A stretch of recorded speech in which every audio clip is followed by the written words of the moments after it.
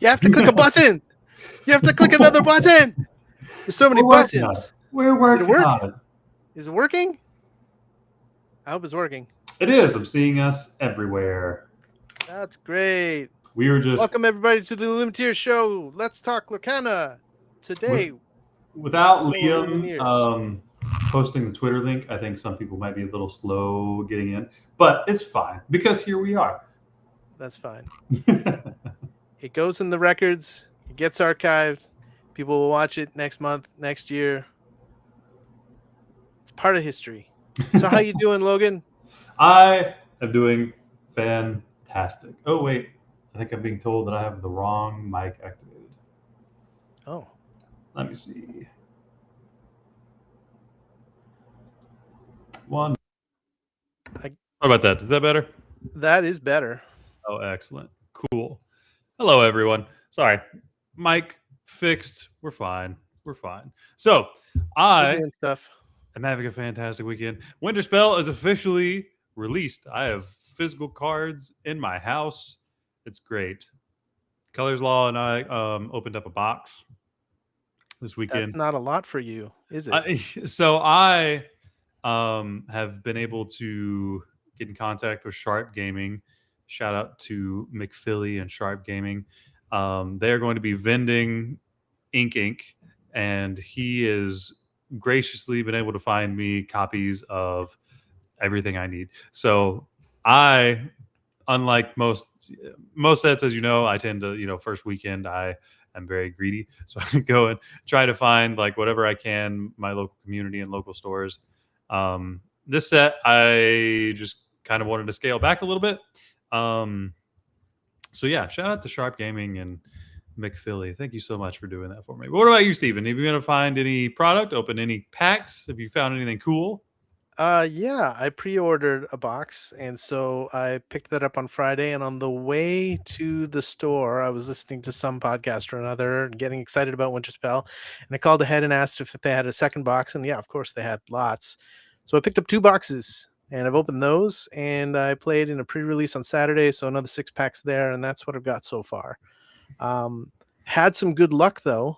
I opened up 2 boxes from 2 different cases, and I know that because the second box came from a brand new case, and I got 1 enchanted in each box, so that's pretty good. So what enchanters did you get? Come on, show them off. Well, they're not in this room because I didn't think ahead.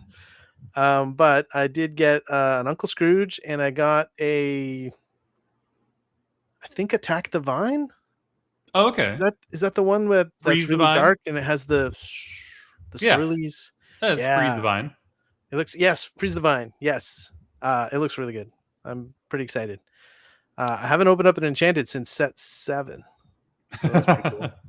So I mean, I say this every set, but I genuinely think that the artwork on this set is just fantastic. When you see them in cards, like if you see an enchanted angel or an enchanted Eeyore in person, I mean, I really like the direction they went with this set. It almost has a caricature aspect to it, if that makes any sense.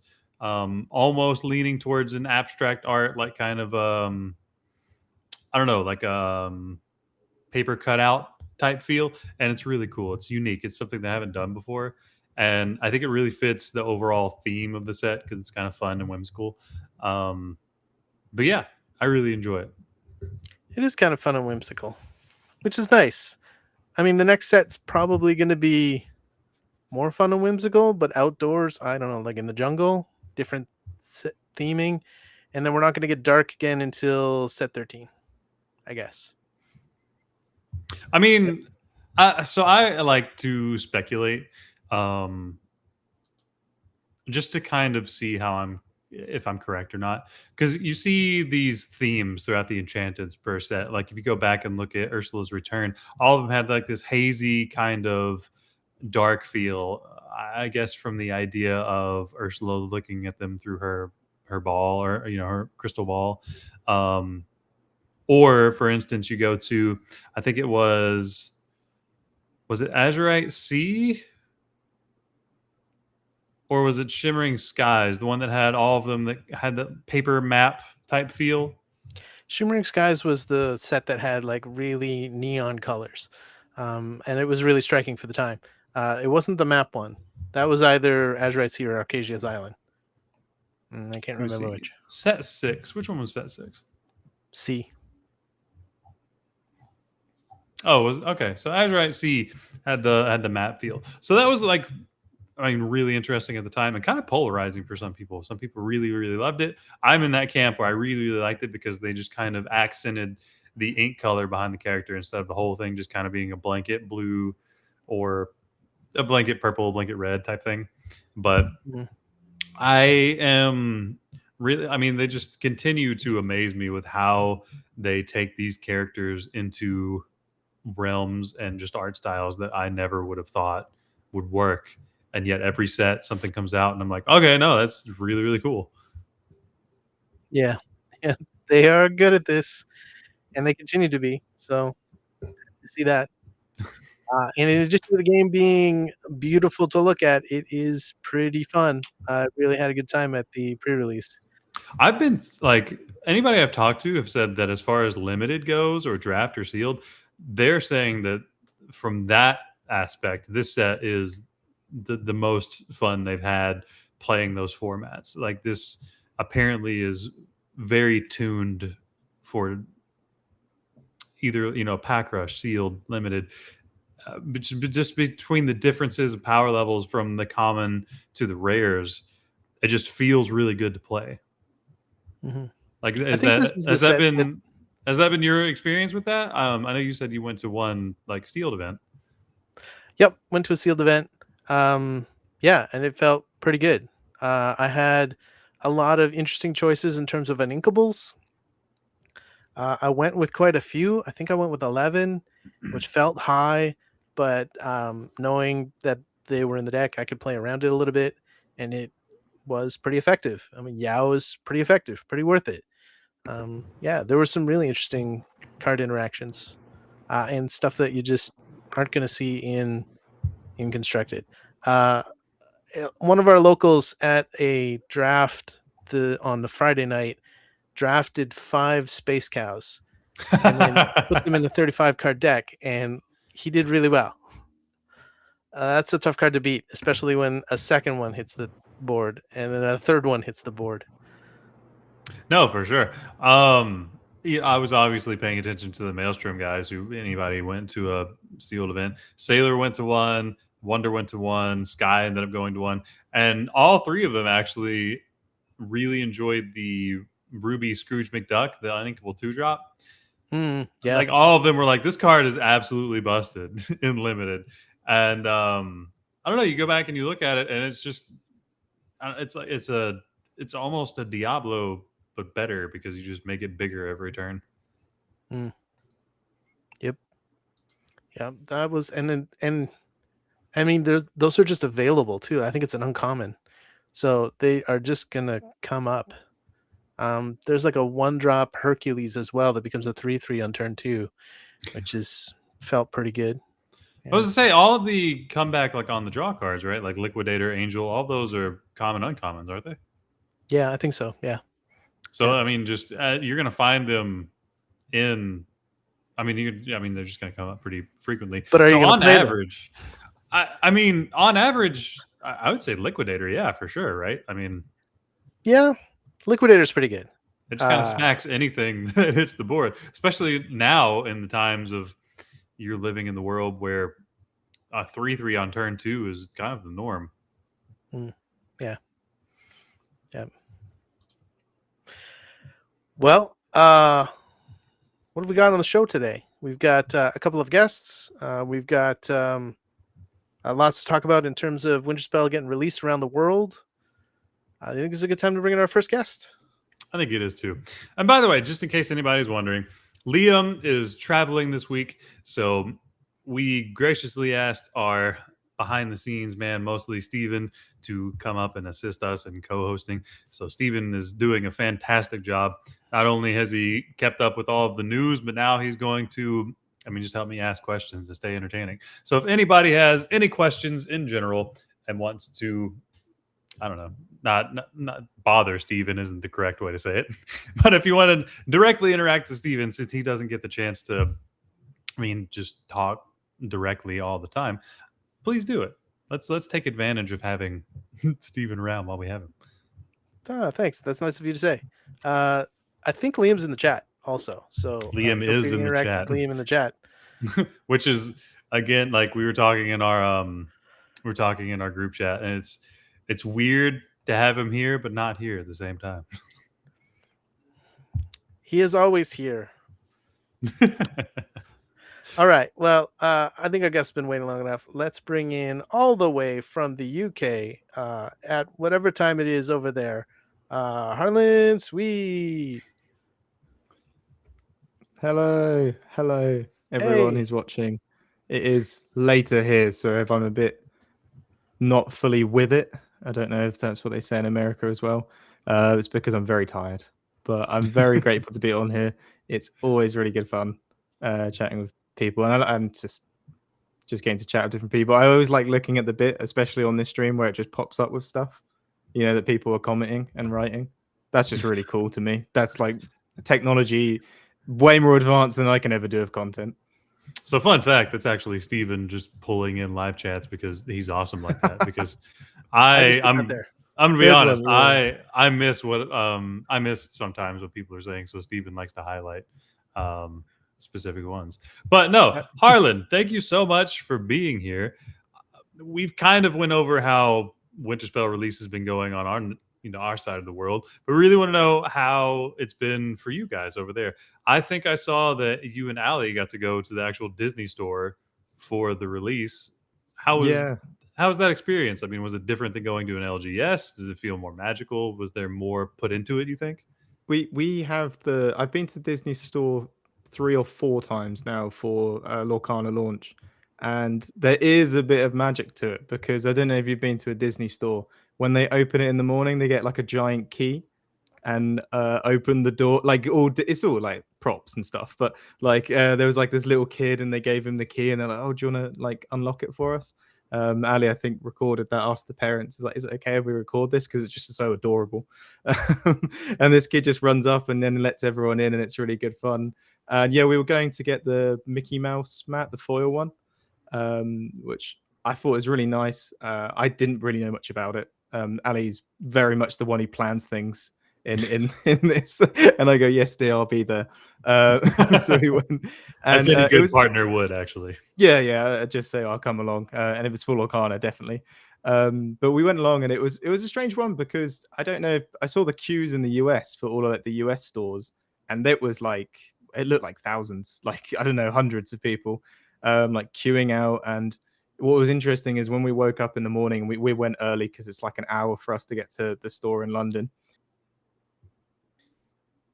And like, are you like queuing like that, like ridiculous times? And a couple of our friends got to the London store like a little bit early, and they were messaging saying, "Oh, there's a queue forming." Turned up, probably about 10 people there.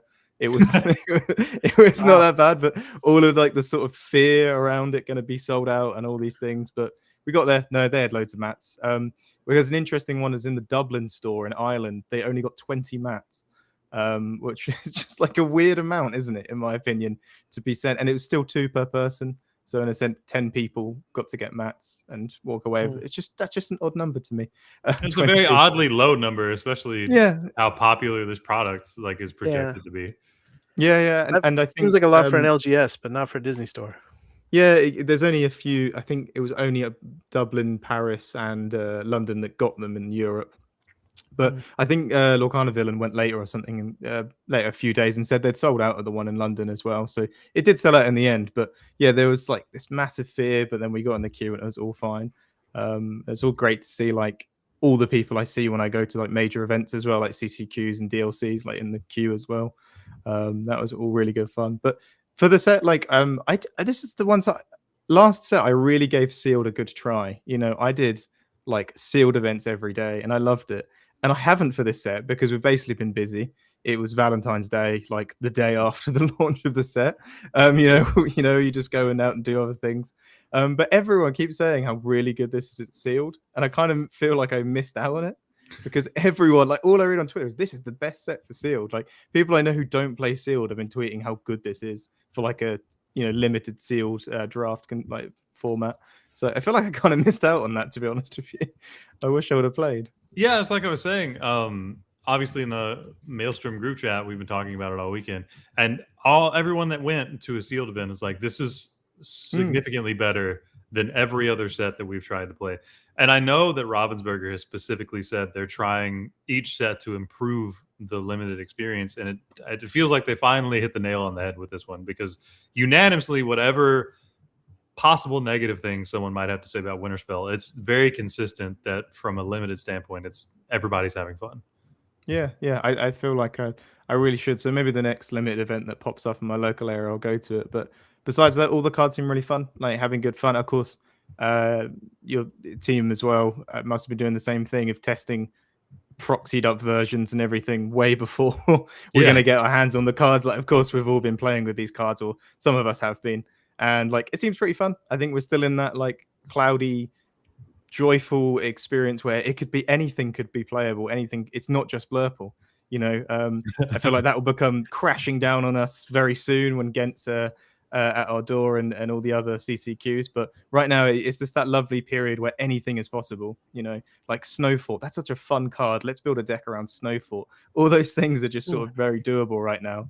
And it's just the best part. Like I really jump in at this point in the game. Like you get like picking up pet decks like Amber Steel and Sapphire Steel because I'm like, they could be playable again. Why not? We've got all these brand new cards. So I've been really enjoying Winterspell. This is the first time Ali got us a case this time around, which is in the UK. That's not really a thing people do. Like watching in America, they're like, yeah, I got 2 cases or like 4. No one buys that much here. Like, I don't even know if the stores stock that much. Like it's very rare to like get that much product. But we thought we'd go for it because we have a CCQ coming up this weekend. Of course, Ghent will be very soon afterwards. So we're like, we should just get the product in. It's worth it. And really good fun. The Enchanted Leela we packed looks awesome. And then even the epics, they've done like a bit of a nice new touch on them where there's like a bit more foiling and a bit more like embroidered things on them. So everything looks pretty good. And like I say, in that joyous moment in the set where like anything could win, I think I'm excited. Yeah. So like, just to talk about the difference between the North American and UK experience, RMB and I tend to be the ones at Maelstrom. Like he'll get 3 or 4 cases, and I'll tend to get 3 or 4 cases every set because we're very impatient people, and I want to have a play set of the set opening weekend because generally I have an event that I'm going to. I mean, you were just talking about you guys have a CCQ next weekend. You have Ghent 2 weeks from here. I mean, Ink is not this weekend, but it's the next weekend, and Ghent is the weekend after. So a lot of people just trying to get all the cards they need now. And also just the difference in availability of the playmats.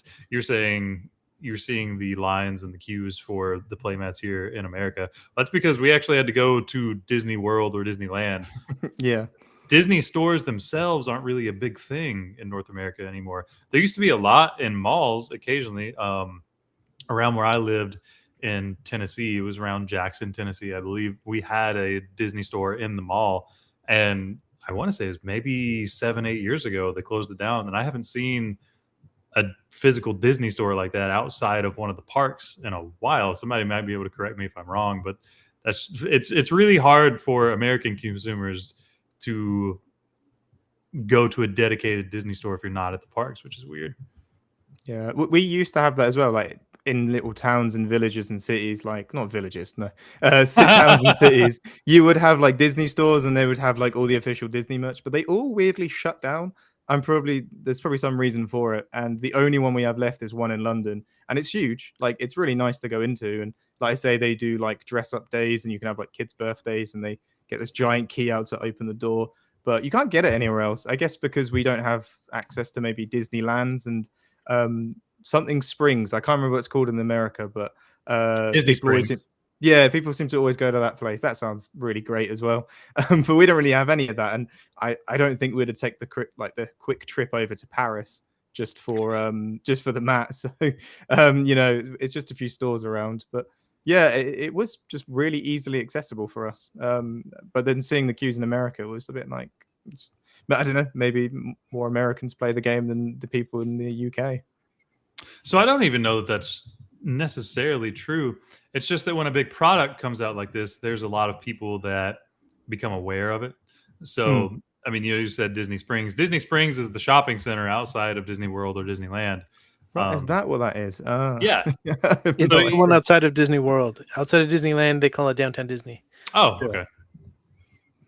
But so that's, you go and like those are the shopping districts that you can, I mean, anybody can go to, and it's, you don't have to go or buy tickets to the parks to get in, but that's how you go get a majority of all of your, I mean, Disney merch and product. I mean, it's just, think of the largest outdoor mall and shops you can think of, but now just add Disney music and a theme around it. That's essentially what they are. That's really cool. The mat seemed pretty good. It was really nice to. The first couple of times I'd gone to the Disney store for the launch of the set was, I think, set 2 and set 3, and like loads of people came down. You know, it was a bit harder to get product back then, so you kind of wanted to make a bit of a spectacle and a bit of a joyous time when the new set came out. Now it's kind of readily available, like everyone sort of has it, which is great. But it was nice to go down there again, and we picked up some packs, and like you open some packs when you get there as well.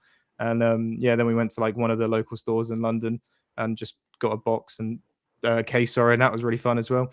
We were supposed to open it when we got home, but we opened it in the hotel room because we had a couple nights in London.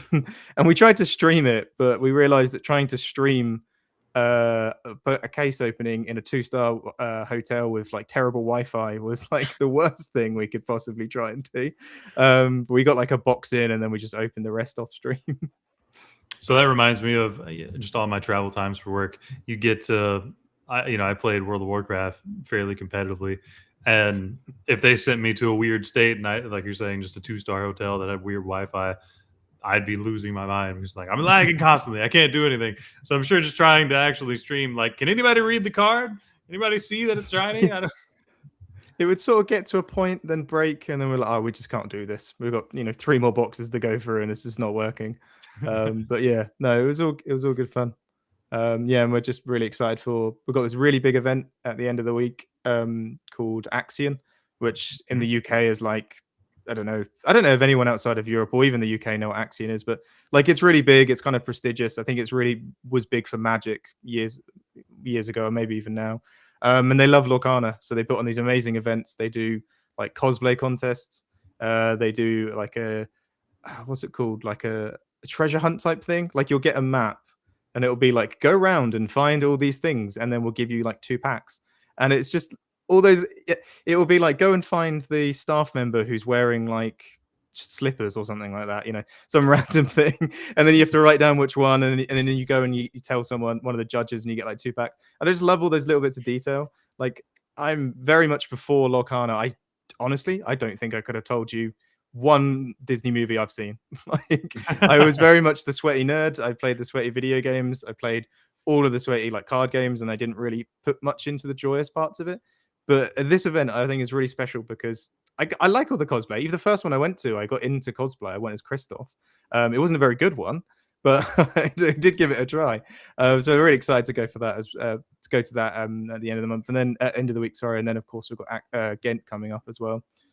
So yeah, just really good time I think right now for Lorcana. Well, for sure. I mean, so I can absolutely relate with what you were saying. I know you and I, not too long ago, were talking about kind of our background in Hearthstone and how much we played that. Before Lorcana, I very much so, like you, I was, the sweaty nerd. Like I played the games that you had to know life, and if you were enjoying it, like you weren't doing it correctly because that means you had extra hours in the day to do something that wasn't grinding the game.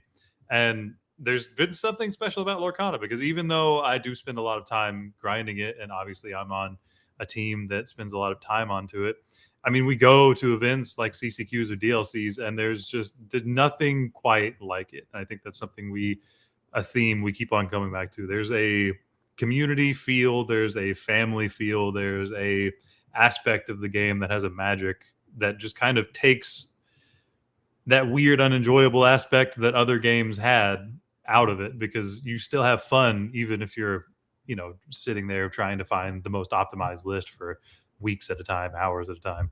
Like, I don't know. Like, is that kind of been your experience coming into the game too? I know, now you and Ali have kind of built more content around the family aspect of it, or maybe not even the aspect of it, but just ways that you guys are enjoying the game outside of playing it. I mean, has that kind of been how you've found yourself now? Yeah. I mean, when I joined Lorcana, so I played it from the first card revealed that I could find, and like I remember at the start, it was like one of the cards they revealed was the purple Pascal, and then they didn't reveal any way to remove it. So when people were like proxying and playtesting and stuff like that, it was like, this is just weird. But I played right from the start, and I jumped on it. I was playing Pokemon before this, and I was like, oh, I'm kind of like, this game, it's been around for a while, it's old, I want a new one. I feel like they really learn a lot of things when they make a new TCG. There's a Disney one out, that's got to be good. And the main draw for me was the fact that I didn't think this game was going to fail because it's Disney. Disney's huge. I'm sure everyone would want to support it. And yeah, I will admit, the first time I went in, I didn't have much of knowledge of Disney. But now I love it. I've seen so many movies. My Spotify is just filled with like, I've just put Be Prepared on there and been singing to that before I joined. I sing to the Gaston song quite a few times throughout the day. And yeah, it's weird. I did slowly start getting into all the Disney theme. Like, I really liked the Steel Tiana card from set 2. Do you remember in the starter decks? The Exert Challenge. I found that I love that card, and that made me go on to watch the movie and then like get all into like the Tiana and the character. All that stuff was great, and no other game has ever done that for me. And of course, yeah, I met Ali for it, and then we kind of do all the Disney stuff as well. And yeah, back in being sweaty nerd mode, Harlon, I wouldn't if she said, oh, do you want to just like dress up and do like a theme night or something? I went, no, because that is not maximizing my testing to getting the best results. But now, I'm definitely up for it. I'm always doing like different theme nights and different ideas, and even Sealed, I sometimes wouldn't even give Sealed any attention. But there is this unique magic to Lorcana where even when you watch the streams and stuff, like if it was another game, I probably wouldn't want to watch them do charades and things like that. But I was watching Liam and Villain and all the others, and I was like, I'm really into this. I'm into this more than some of the rounds that I've watched prior to them doing the charades. I just love it. It's all magical. Yeah, it's somehow very much a great complex game, but it's also just really fun as well at the same time. Like, there's that sense of it's not too serious, but also, yeah, we get it. It's serious. It's a game. And all it's those so things. Serious when we're playing an Aurora into a Tiana with a Lilo Pudge. Like, we're taking our princess game seriously. yeah. It walks a really good line, I think Lorcana does, and so do all the DLCs as well. It's interesting when like some people go to the DLCs and they might not even like.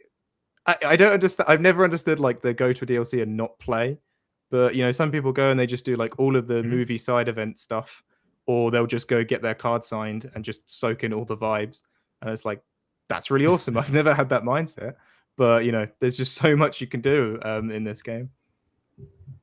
Steven, do you have any questions? Yeah. Well, first let me comment and say that, I love listening to people talk about Lorcana. I listen to a bunch of Lorcana podcasts, and every time I listen for a bunch of time, it just makes me want to play the game. So it's like a loop that reinforces itself of, oh, I want to play the game. I want to listen to some people talk about it so I can get better. And that really makes me want to play. So I'm experiencing kind of the same thing that you are, Harlan, in that the environment is really good. It's the most fun I've had playing a game before. As far as questions go, I am curious to know about like the case that you acquired for yourself and Ali. So I guess does that mean that you're going to be sharing a collection and you figure out amongst yourselves, like, am I going to play Amber? Are you going to play Amber? Like, it's not always easy for everybody to get 8 copies of a card. So what kind of trials and tribulations have you experienced in settling that collection between the two of you? Oh, couples who share their collection, yeah. It is something you can always have an opinion on and always talk about. Yeah, we sort of do share them. Sometimes we'll of course double up on things like Doc is a very popular card that appears in pretty much most of the steel decks, so we try and double up on them. I think the only time we ever built like the exact deck together was Blurple in set 9, because there wasn't really many other options for us to play, and we both sort of like that deck. But the majority of the time, yeah, it's I think I'll be playing this set, or I think I want to bring this deck this set, so they can play different cards. But yeah, you can have lots. Also, as well, before I met her, anything I packed that had even relative value, I would have sold in an instant. Anything that was alternative art or anything, I would have just got rid of in an instant. But no, we keep our enchanteds now, which is very nice, and we collect them, and they look very good. And even that's like changed me. Like even before, it was just I pack the card and I'll sell it and I'll buy more playables. But now it's like no, these enchanters are nice when you put them in a binder or on a frame. Like I hadn't even thought about that, which is it's pretty good. But we kind of both know the decks we like to play as well, and which is a little bit too good for me, and in the way that she knows I take it a lot more seriously. So if we only had 4 copies of this card, she would probably let me play it and she'd pick something else, but she wouldn't directly tell me that. So she's probably too nice to me for that. But yeah, couples sharing collections is always a fascinating thing. But yeah, you sort of figure it out, I think. So I think we just got a question from JG Sally, and this might be a good segue into bringing in Wonder if he's ready and here yet. But we can ask Harlan first. What would be something, or this person specifically asked, how many hours of research or data do you guys think people need to get better competitively in the game, just as a general standpoint? I mean, I have an answer for that, but I'm curious as like what your standpoint would be on that, Harlan. I mean, as deep as we are in, like, I can't remember who is it. It's a lad who goes by the name George. He used to play. I think he plays Riftbound now. But I saw him answer this question, and I think he answered it pretty good. It's kind of just as much as you can put into it is kind of appropriate. Like, just because someone's got 1,000 hours and you're only going to be able to put like 100 hours in, don't kind of beat yourself up. Maybe you only have 100 hours, or maybe you only have 10 hours to spare. So it's kind of putting in as much effort as you can into it and getting as much data of it as you can, is in my opinion. But yeah, I have things in my head where I'm like, if I want to test out a new card, a new deck, I want to play 50 games of it before I kind of can go, this card's terrible. I'm not playing this anymore. I want a good amount of times. You want to, test for every little aspect of variance and, all the different matchups, all those things you can. But again, like I say, I think I'm very lucky that I'm the point I am in my life. I don't have many responsibilities. I can play 50 games of a deck with 1 card change and then change it and do 50 more, but not everyone can. So really it is as much time as you can fit into it. But yeah, I kind of aim to do that, cover as many matches as I can, and then of course test with the people that I trust and think, when we play, we get decent data and this is worth noting down how these matches went. But yeah, really, I think it's as much time as you can commit to the thing. Just as a joking, how many times do you have to high roll fumbles before you're like, no, okay, I understand that this deck beats yours? I've got a screenshot of us playing on webcam, and I think I got 3 docks in a row with Sapphire Steel, and he goes, yeah, let's wrap this one up, buddy. And like I didn't even resolve the last dock. He was like, yeah, that's yours, man. But yeah, no. High rolls feel nice, don't they? When you high roll someone, you're like, oh, this deck's cracked. And then you actually play at an event and it's like, oh, it's not very good. But yeah, he's definitely a player that I feel like once we play some games together, this is good data. Like, even if we're going to sit here and spend an hour talking about one game, talking about lines, I'm like, this was worth it. So I try to commit as much as I can, really. So I'm for sure your answer now. No, so I'm absolutely for sure in the same boat. I'm someone that kind of bounces around from ink combinations. I know, especially somebody like you've kind of made your career in Lorcana around a couple of specific ink combinations, being in Sapphire Steel and Amber Steel. I've been very gracious and fortunate to be surrounded by people who have made careers on certain ink combinations. I mean, you just look at Humble. Amber Ruby is his pet deck, and he will beat his head into the wall trying to make it work every single set with every single tool. So we'll know exactly how viable that is. You look at Sailor, he's had Ruby Sapphire, Emerald Sapphire. He tends to be any control variant he gets to be a part of. And then you look at Kurt Spice and Sky, and both of them tend to lean towards, or they have before, more just the steel side of things, or now Kurt with just dogs. Kurt's, if not the best dogs player in the world, arguably one of the best. So any list that I decide that I want to run, and generally it tends to be some Amethyst variant, is what I try out first at the beginning of every single set. I have all of these experts that I happen to be friends with that I just have the privilege of getting their knowledge and, like, picking their brain. I'm someone that with my day job, I just don't have the time to play for 8 hours a day anymore, unfortunately. So I lean a lot on my team in theory crafting and asking questions. And when I do get to play, I try to maximize my thought process and card potential. So, like, say I'm testing out a new card, I prioritize keeping that in my altar, or I really try to see how many specific situations I can use that card in, just to see how it does.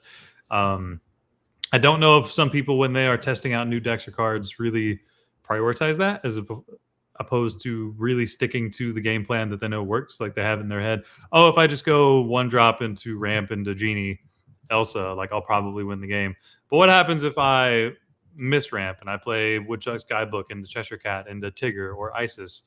Like, how does that play out? I think as you're testing out new cards or you're testing out decks, you should be looking for the lines that aren't as standard, that may not necessarily win you the game, but they might show you how impactful a new card will be. I think that was a really good point. No, I wanted to make as well. I completely forgot about it because I'm tired. I don't know. I'll use that as an excuse. But yeah, a really good point to make is, like, I've done fairly all right in Lorcana. Like, of course, there are people who've done far better than me, and there's Golden Mickey Club, but I've done fairly all right. I've won here and there at things. But I can really say a lot of that down to the fact that I can just approach someone that I know is a master of whatever deck, of Blurple, and then say, I talked to JDR quite a lot, was on his podcast recently, and I can go talk to him and say, like, what are your opinions on it? What is the best build? All of these cards and stuff. And I have access to that he's a friend, but also in a way they can be a resource, can't they, to help you? And you don't have to then go do all your research yourself. On the flip side, I play other TCGs. I don't have any of that. I play a lot of them as just for fun. But it means I never know any of that knowledge because I just don't have that, like, I can go and talk to them and gain all of their knowledge and all those things like that you get with teams and testing groups. So just very fortunate, I think, in Lorcana to be in this spot. Pretty much every list that I've ever done well with has been from talking to someone else about said list. It always spawns from other people. So it's just really good to have a good solid testing group that you can rely on, really, isn't it? Well, I think that's just kind of the moment where we can say, if you have a LGS that you can get to, let that be your starting point. I mean, I very fortunately met all of my friends that I currently have and the majority of the people on Maelstrom because I was just playing in events in the early days. And now I've just kind of lucked into the point where I've met all these fantastic people. So I encourage everybody, if you are genuinely wanting to get better and you don't know where to start, one of the best places to start is going to your LGS, trying to make connections, make friends, have those conversations. Like, if you see somebody playing a deck that you normally wouldn't or have a question about, like, go and ask them, like, hey, what do you think of this? How do you feel about this matchup? And I mean, the old phrase iron sharpens iron is really true in TCGs, I think. I'd like to echo that. I think that the improvements that I've seen in my own gameplay started when I started to connect with some people at my local game store. And that can just start as easily as watching people play. I think that you gain a lot of a different perspective when you're watching two people play than when you're in the game yourself. Especially if you can watch over somebody's shoulder and see what they have in their hand, see what they're inking, what they're not inking, what they're holding on to, and how they react to the changing board position.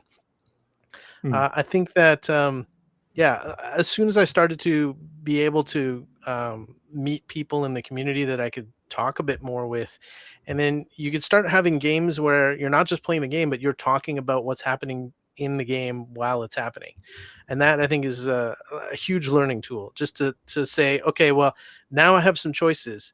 I'm just going to show you my hand. These are my choices, and let's talk it out. Like the winning the game or not losing the game becomes less important than what can I learn from this situation? And you can only really do that if you make some friends that you feel comfortable having that relationship with.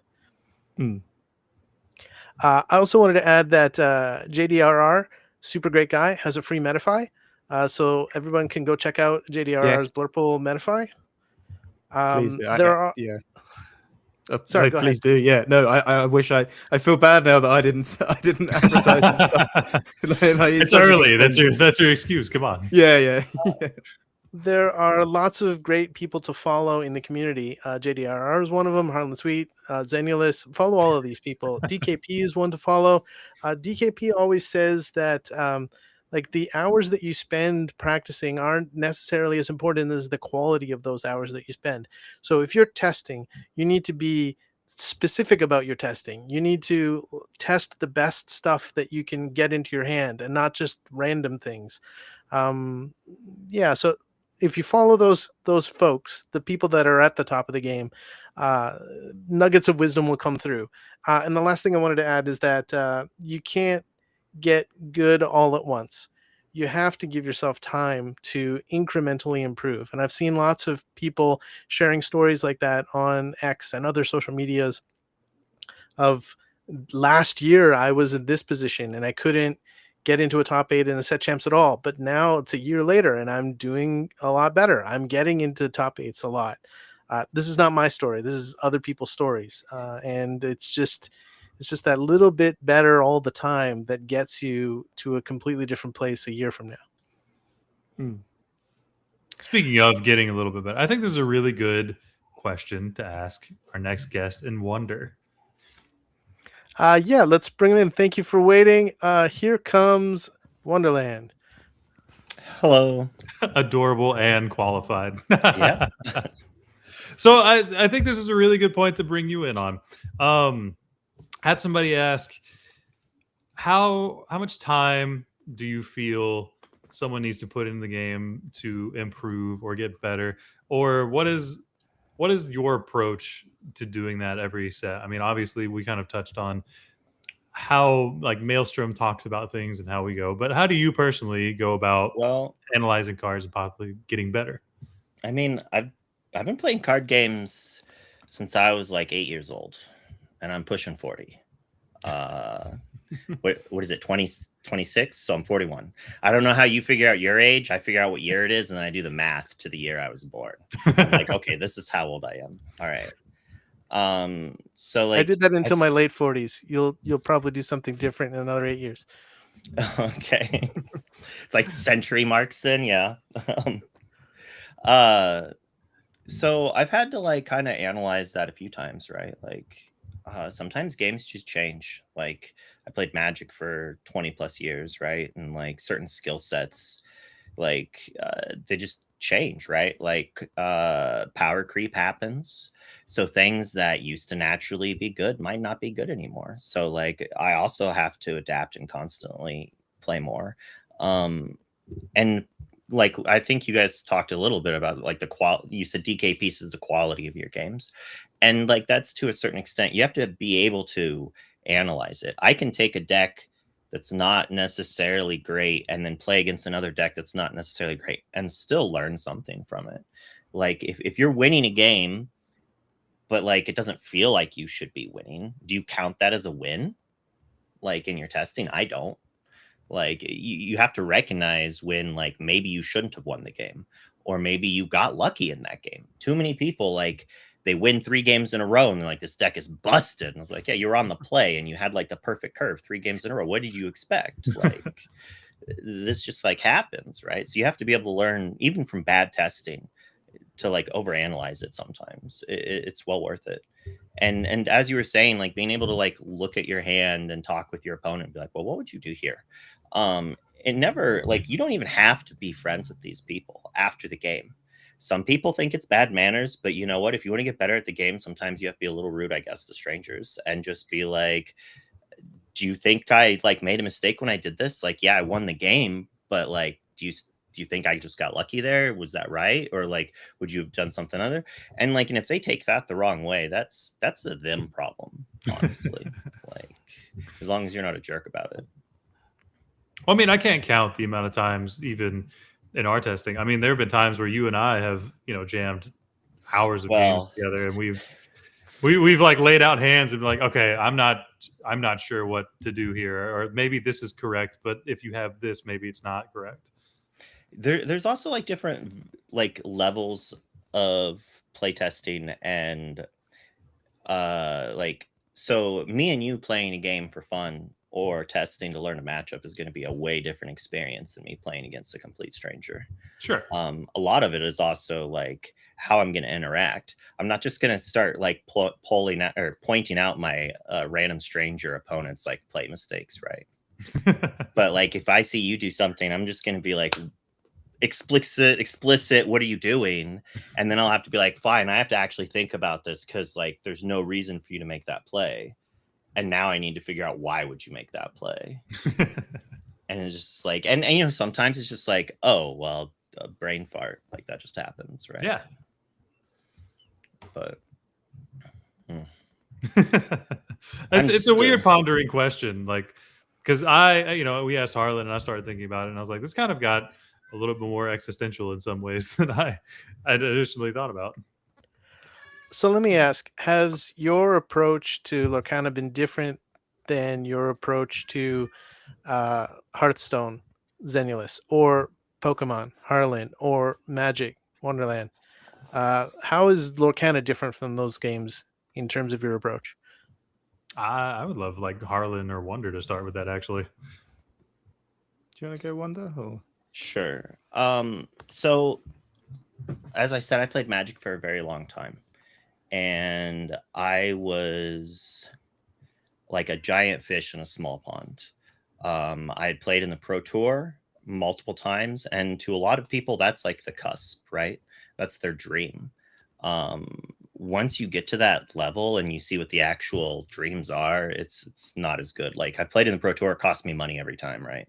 Yeah, I win a free trip to another country. I still have to pay for hotel. I have to pay for food. I have to pay for the fact that like I'm not working for a week, or my wife's taking time off to work nowadays. So that kind of thing is like an issue, and something that I never got all the way there. But one thing I learned from the grind, trying to hit like a certain level pro, is it costs a lot of money, and you had to like finish top 10, top 16. Top 16 didn't pay it. You had to make top 8 to pay for the trip, and that's absurd. Lorcana, the first Lorcana event I played in, I made day 2, and I made more money than I have made in years of playing Magic. I kind of went on a rant there, but that like Lorcana is awesome in that regard. But a lesson I had learned is to embrace the digital thing. If we didn't have Pixelborn, I would not be the Lorcana player I am. The amount, hundreds and hundreds and hundreds, thousands of games played in a short amount of time to be able to like refresh my skills. And that was something that I had learned from Magic that I needed to do that I didn't do. Like that was why I failed in Magic, was I did not give myself the amount of games needed to be good enough at the highest tier competitive level. Sure, I can go to F&M and beat little scrub locals. Sure, you know, anyone can do that. And if that's your goal, like, yeah, play more games and you'll get to that point. But like, to be competing at the highest level of Lorcana, of Magic, of anything, you have to have over 1,000 games like on your main deck, basically. Sure, you know, like I can pick up a deck and make day 2. Sure, I did that. I did not have 1,000 games. I did not have 100 games on Green Blue. I had 20, 30 games on it, 2 events under my belt. But I've played thousands of games of Lorcana in the last year that I still have my finger on the pulse of the meta. I still understand most of the tricks in the format, and I can still play a really good game. And, you know, I lost in the mirror against Fungus in top 32, who had over 1,000 games with that deck, you know? It's like, did it feel like he got lucky? Sure. Was there possibly a skill expression there that I missed because I didn't have enough games and he didn't miss? Probably. That's just how it is, right? Like you have to play a lot. So like if there's anything I learned from Lorcana and I'm doing different is I'm trying to put a lot more games in, which I feel like I've been failing in the last X amount of time. But you know, digital client one day, baby. Come on. I mean, we can all for sure echo the need of a digital client, but even just the amount of games aspect. I mean, if we go back and we look at the finals of Richmond, I mean, Sky versus Fungus, Sky had been playing Emerald Sapphire since, I mean, what was it, CCS? If not like a couple of weeks before him, every team testing night, that's what he was doing. He was trying to tell all of us like this deck is cracked in half. And I think we saw two people who had put in the time and had really mastered the deck as much as they could in that finals. But I mean, just moving on. Now that we've heard that aspect, Harlan, how is it that you think you might be approaching this game as opposed to Pokemon? I know you and I have had talks about how we've approached games in the past, but I don't know that I've really heard you tell me if you approached Lorcana differently than you did when you played Pokemon, or even how you play One Piece now. Yeah, I mean, Pokemon was one. I think that's sort of Pokemon Hearthstone. I'm 28, if anyone needs to know that. So maybe I don't know if I'm probably the just youngest a baby. Yeah, just a baby. But I picked up One Piece like last year, and for like anyone who's trying to like pick up a new game, I think my advice was I literally just went down to my locals on Monday, and we have people at that locals. They like day 2 top cutted. They've won the equivalent of a golden Mickey, but in that game.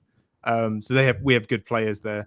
And I just wanted to play. I didn't care if I lost. I just wanted to play over and over again. And for the first couple of weeks, I could maybe scrape like 2 wins out of the 4 to 5 rounds that we'd play at locals. And then every game though, I'd lose. I go, did I do something wrong there? Like, was this correct? Like, even if I'd won, it was probably a bit mean and like a bit rude. But it was always just did I win? Did I do this correct? Even I played locals today. I went undefeated now, so I'm actually fairly all right at One Piece. But even still, like after we play like a mirror or something, I was like, do you think this was correct? And then I'll say like, why did you do that? Because again, it might have been a misplay on their part, but I want to know why they did that, so I can learn. And maybe it wasn't a misplay, maybe it was correct, and all those things like that. So I've learned a lot of playing TCGs. I've always loved them since I was a kid, and like learning as much as I can and playing as much as I can. I think I've got kind of the flip side of what Wonderland has. I play a tremendous amount of simulators and play testing, and for any game, any game I can. But I sometimes just don't have the approach that like you might have on a team and stuff. I've been approached by a few teams in my time in Lorcana, and I've always turned down mainly because I feel I have a way I want to do things, and I don't want it to ever be obstructed. Getting things the way I like to do them. And I think as well for myself, it's getting a certain amount of enjoyment out of the game, actually having fun, not just grinding it down to being this almost like a job, playing the game so efficiently and all those things. Hey, maybe I want to play my fun pet deck and see how far I can go with it. But yeah. I think I've approached this one a bit different. I think the main thing is being surrounded by people that I can talk to. And again, like I say, I'm very fortunate that I've been in Sky's DMs like every so often, whenever like the deck that he was playing was the one I was playing, and so fortunate that he will respond to me, and like loads of you two as well.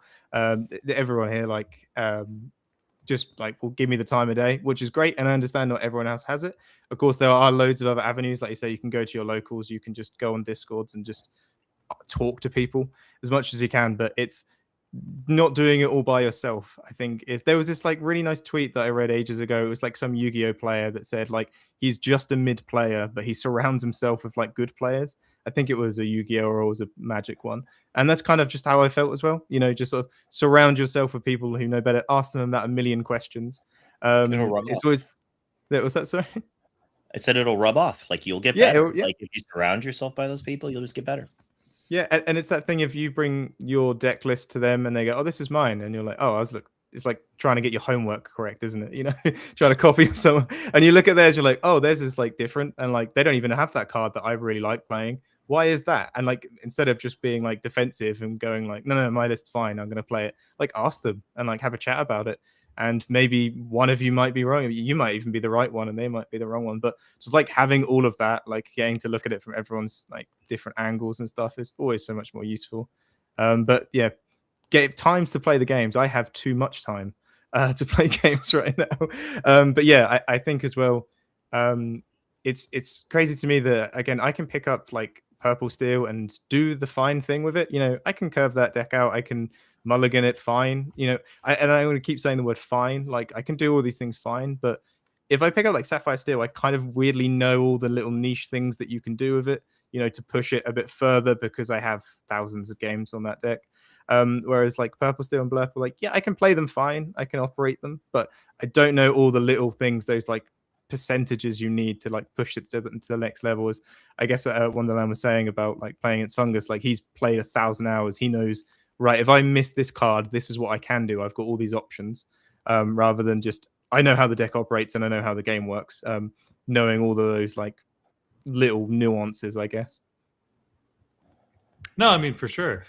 Like I said, if you go back and you watch the finals of Richmond, I mean, we're looking at two guys who've spent hundreds of games, thousands of hours playing these decks. I mean, there were plenty of times where we would see them take lines that, I mean, I personally, you know, I was playing the deck that weekend. And there were a couple of times Fungus would take plays, and I'm like, why would he do that? Like, what is he doing? I think it was game five specifically. There was a point where he played 2 of the 3 cost Prince Phillips, and he just started immediately questing and racing. He didn't even have the combo in hand. And I was like, okay, that's huge, because I don't know that I would have thought to do that in that spot.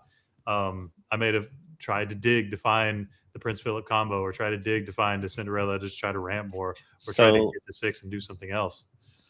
It's actually one of, like, in my mind, it's one of the biggest skill expressions you can do in most card games, and that is playing to your outs. Being able to understand what you could actually do to win any game, what needs to happen for you to win from any spot. And then if you can think of something that doesn't actually seem far-fetched, like my opponent, the artist had a sudden stroke, and the Monty Python rabbit dies, outside of that, like being like, okay, if I top deck this, followed by this, they don't have the one thing, and then I draw this, I can win this game. And like, I did it. It's the only reason I won Seattle is in my top 64 match. I was just like, the only way I win is my opponent does not have Be Prepared, and I have to play into it. They've got 6 cards to draw, and they cannot hit the Be Prepared. And they didn't hit the Be Prepared, and I won the game just by throwing Prince Johns into play and turning them sideways to actually race with. Like, what else am I going to do, though? My hand was like quad Prince Johns. Like, I had no other plays, but some people still wouldn't overcommit to it.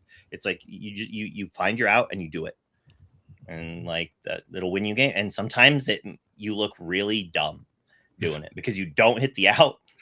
And then they're just like, ooh, win. Like, all right, it happens, but sometimes you hit that out and you feel on top of the world. It's the playing to win rather than playing to just not lose that turn. Is like, I've had loads of games where they're like, why did you not just cast that removal on that thing? It's like, well, just don't lose this turn, but what's that done for me? They play this next turn, I lose the game anyway. So I'm going to play hoping that, as you say, I draw into XY or they don't have this card. But if you're just playing to stall out the game, it can just feel a bit. It's fun when you watch the games on stream, like the DLC games, and like when we watch Worlds. It's like when you watch the Olympics and you're sat at home like a big bag of like Doritos or something, and you're like, oh, you idiot! I wouldn't have done that triple backflip like that. And it's like the same thing when you watch like DLC finals, or you watch like, oh, that's a blatant misplay. It's like, it's not. They're clearly thinking like 10 turns ahead, and they're clearly good enough to be in the finals, but you're sat there like eating a big bag of like chips and dip going, oh, blatant misplay there. But yeah, look at these nerds making these terrible plays. I would have never in this spot. I'd never have done that. But no, like, there's for sure been, I wonder, like, you've for sure coined the phrase, and I think made it popular amongst Lorcana, better lucky than good occasionally. It's such a traumatizing expression for me too. Which is, but like, I didn't know you coined that. That's awesome. Well, I said that a few times. I'm not claiming it per se. Like it's an old expression, but I said it a lot. But I've had people draw the fourth scarab god in the mirror match to play it to like the only turn, and mutter it as they win the game. So it's like it's whew. But it's true. But it's true. Better lucky than good. Best to be both.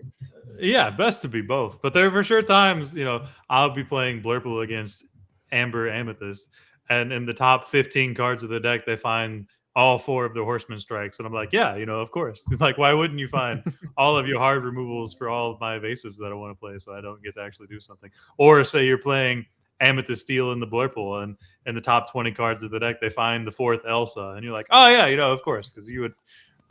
Because I don't need to cast Strength of a Raging Fire this game, actually. Like, that's Why not didn't what you play around the 4th Elsa, bro? Yeah, like, why didn't I just play around the 4th Elsa? So, chat has a couple questions about boosters. So, I guess this is a really good point to bring up. Now that we are in the beginning stages of Winterspell, I've seen a lot of people like kind of coming into the game for the first time. We've had a lot of new players since Fabled, I feel like, really notice Disney Lorcana.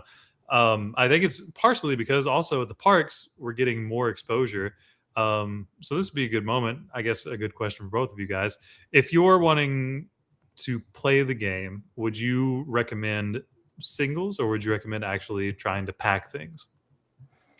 Well, I'm gonna have a negative, realistic opinion on it. So if someone who wants to be pro boosters wants to go first. Well, so we talked with like Harlon's experience going to the Disney store in London. Is that something somebody who's wanting to get into the game? Is that something you would recommend they do, or would you recommend that they wait a week maybe and then try to pick up singles afterwards? I actually talked about this with my LGS owner today because he's like, it seems no one really buys the product, but the singles do fly off. Like, people really buy singles for this game, but no one really is buying the product, which means that maybe there's a bit of a market there for if you just want to buy product and sell singles, you could make a quick buck or two. But yeah, I've always been the buy yourself a trove or something, just to get you going and to be like, oh, I at least bought into the game. And then probably, singles is where I'm at for the vast majority of it. I think the issue is like some of the decks are actually fairly expensive. I remember Purple Steel being this like fairly cheap deck that I used to recommend, like pre-rotation. I'm talking. I used to recommend it because I was like, it's so cheap to put together and you'll do fine. That if you check it on Dreamborn, it's like $450. I was like, I can't believe. Yeah, I was like, I can't believe this. Like, it's what? So like. And that was like the cheap deck, but I think the cheap deck now is Dogs, isn't it? Really, it's the only one that you could recommend as like a cheap entry fee. So yeah, I think the odds of you getting the packs, then opening the 4 Dumbo, getting Fabled must be impossible right now. Getting any packs for that. But yeah, I think I'm always in the thing of I get like Trove, maybe a box nowadays, and then I just kind of go to singles to like upgrade the deck. Like I say, we got a case and a box and a trove, and we packed 1 angel card. I need 4 angels by Friday, so we did have to buy them elsewhere because we're already 500 quid in, and we're only up 1 angel. So I feel like we're not out of like sorts to go and buy them. But yeah, I always feel you want to have a bit of that like pack opening magic, don't you? Though, like even if you're a singles player, that's what pre-releases are for, bruh. yeah, you do your pre-releases, get your packs, and then have that bit of magic, and then get the cards that you need because it can be quite hard to get everything through packs, can't it? So I'll start ranting now if that's fine. No, that's fine. I was really hyped for Whispers. From looking at a lot of the cards, I was just like, there is 5 or 6 what felt like playable legendaries. I'm just like, all right, this is the set. A bunch of legendaries that are good, a bunch of super rares that are playable, a bunch of rares that are playable. I'm going to buy into this set. Normally, I only buy singles. I spent way too much money. I spent like a little over $800, and I got almost 2 cases. I got like 7 boxes and like pre-release, I think. I did not open what I paid, and I opened 3 enchanteds, which is very good rate for 7 boxes. That's above rate. Yeah. Now, had those enchanteds sold on TCG Player for what I listed them for immediately, I would have profited maybe $50 if I had sold those and calculated what, like, all the Demonas, all of the Goliaths and the Hades, everything I needed to do that, right? And I still had to buy some singles, these legendary singles that were 20, 30 a piece, right? So, like, I spent more money on top of the $800 in limited product. I still haven't even sold because I got like 8 of every rare, but like they're not worth anything. So, like, if you don't have a store, like a brick and mortar store, like, it's not worth selling most of the cards because the rares themselves are like worth less than $1. Like, I'm actually incredibly against limited product. I hate booster packs with a passion. I really wish we had moved to a living card game thing. Like, I want to play the game. I want game pieces, like, sell some alternate art things on the side if you need to make more money. Let me buy the whole set for $200. Don't make me gamble. Don't be giving kids like adrenaline rushes from trying to chase epics and things. I don't know how many locals I've seen who can't afford to be buying booster packs, spend money they don't have on booster packs trying to find enchanteds. And, like, it's not my job to tell a 40-year-old how to spend their money, but it feels pretty bad. And that's every card game. That's not just the Lorcana thing. That's Magic. That's Riftbound. You see all these Pokemon kids trying to, like, go to these vending machines and get rich quick, hoping to, like, crack open some 10 rated card. It's I'm kind of fed up with capitalism, I guess. I don't know. Deep. Yeah. So this set, I bought singles. I spent $250. I got every card I wanted, and I spent far less than I needed to.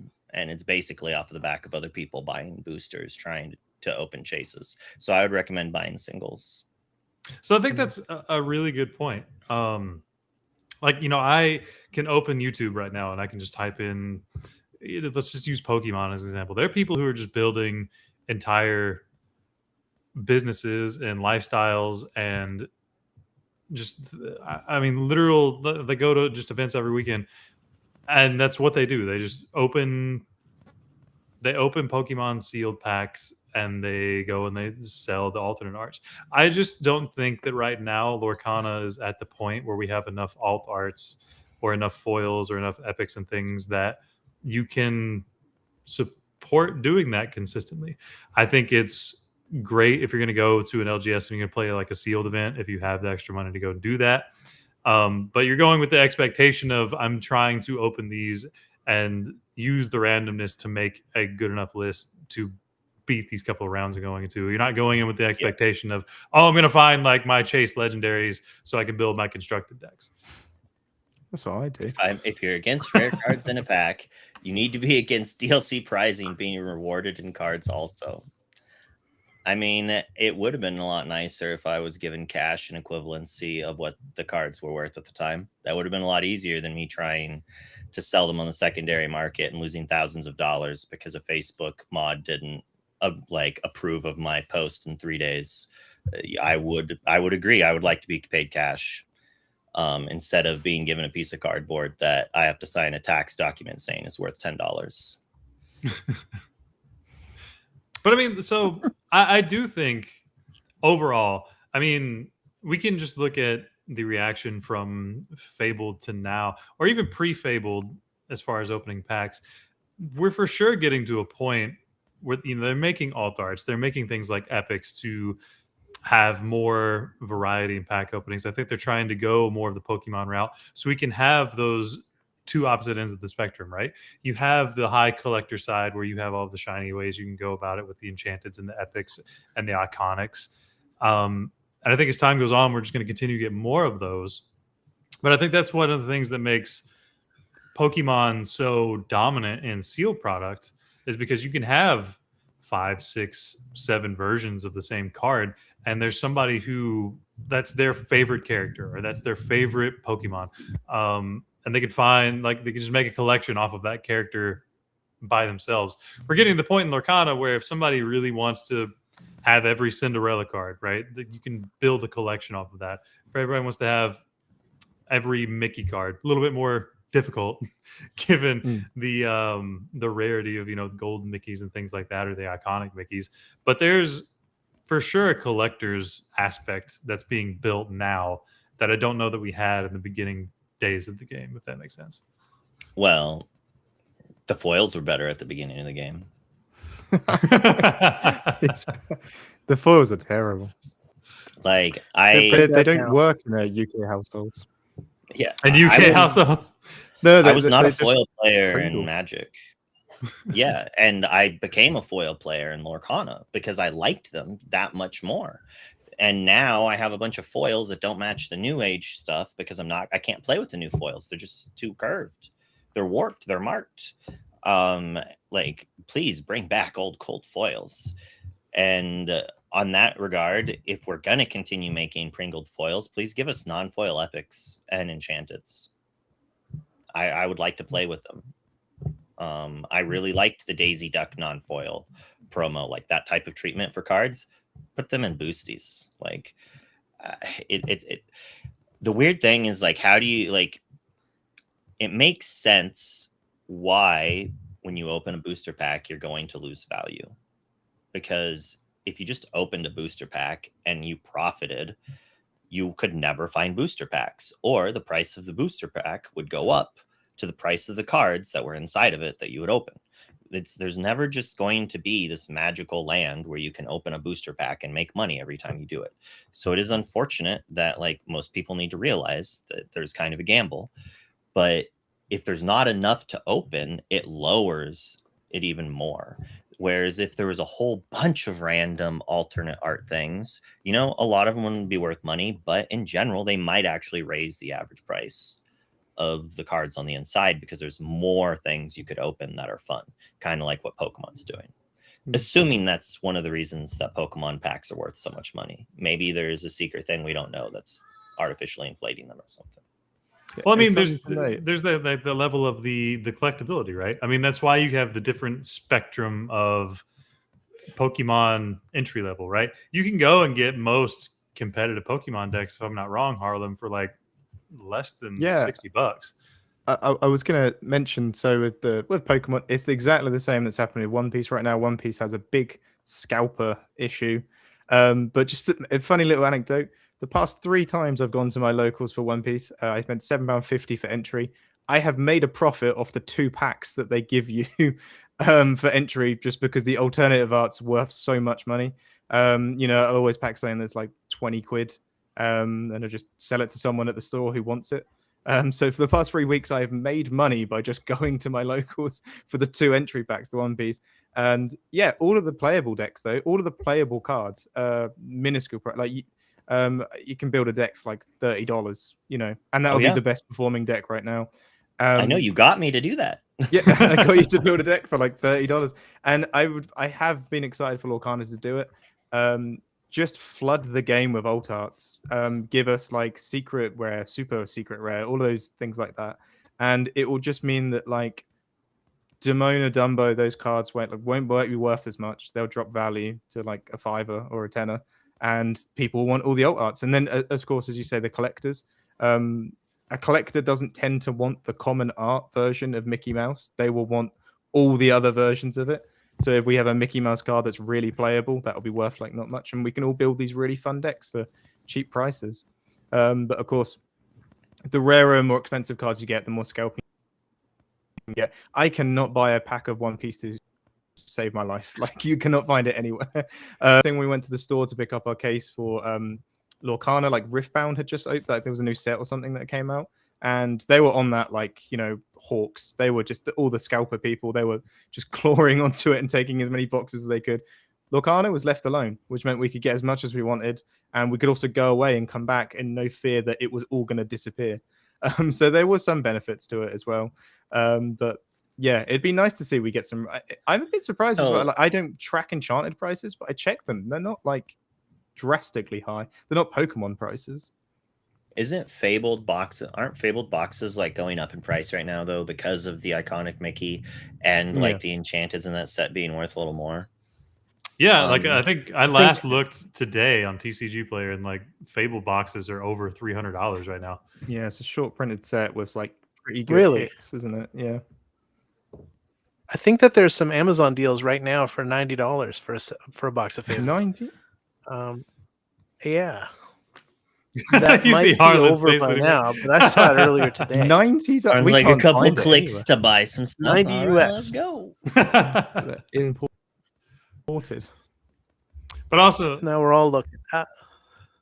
So I'll chime in on a couple of things regarding buying boosters or buying singles. I agree with you, Wonderland, that singles is the more cost-effective way to go. Pretty much whatever kind of player you are.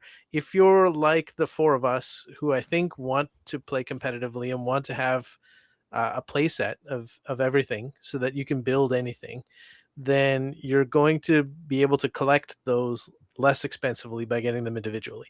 If you just want to focus on Amber and Amethyst, then it's definitely going to be less expensive for you to just buy Amber and Amethyst cards than to try to open up packs and have a bunch of colors that you're not going to play with. I think that the key thing that I've learned from talking to Zenulus is that the one area where you might want to buy a bunch of products right off the bat is if you have a event like right after the set comes out. And so I'm finding myself in that situation this time around because I have a big event this coming weekend. And I wanted to get some products so that I'd have like some physical cards that I could play in the event. I have also purchased some cards online, and I hope I get them in time. If I don't, well, then I won't play with them. But if I do, then awesome. And I will definitely get the rest of the cards that I need over time over the next couple of weeks.